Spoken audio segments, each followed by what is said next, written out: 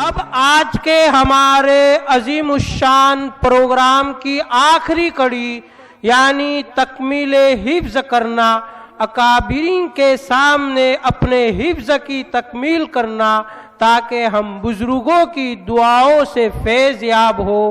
इसलिए आज के हमारे अजीमुशान प्रोग्राम में हिफ्ज की तकमील करने वाले 8 अजीज तलबा हैं जिनके मुबारक नाम आपके सामने पेश करना मुनासिब समझता हूँ।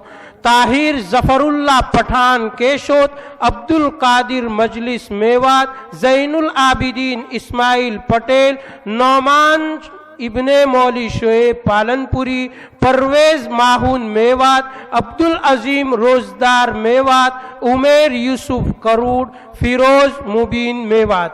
ये 8 तलबा है जो अपने हिफ्ज की तकमील करेंगे।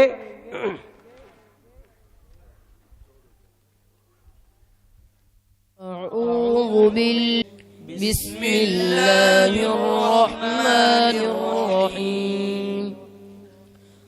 कुल हुवल्लाहु अहद अल्लाहुस्समद लम यलिद वलम यूलद वलम यकुल लहू कुफुवन अहद। बिस्मिल्लाहिर्रहमानिर्रहीम। कुल अऊज़ु बिरब्बिल फलक मिन शर्रि मा खलक व मिन शर्रि गासिकिन इज़ा वक़ब ومن شر النفاثات في العقد ومن شر حاسد إذا حسد. بسم الله الرحمن الرحيم.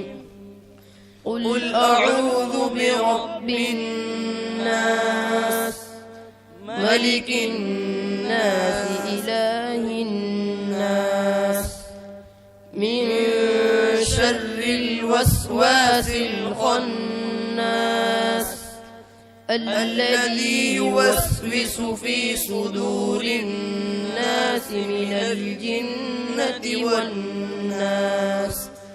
بسم الله الرحمن الرحيم. الحمد لله رب العالمين الرحمن الرحيم مالك يوم الدين. إياك نعبد وإياك نستعين. اهدنا الصراط المستقيم صراط الذين أنعمت عليهم غير المغضوب عليهم ولا الضالين. آمين.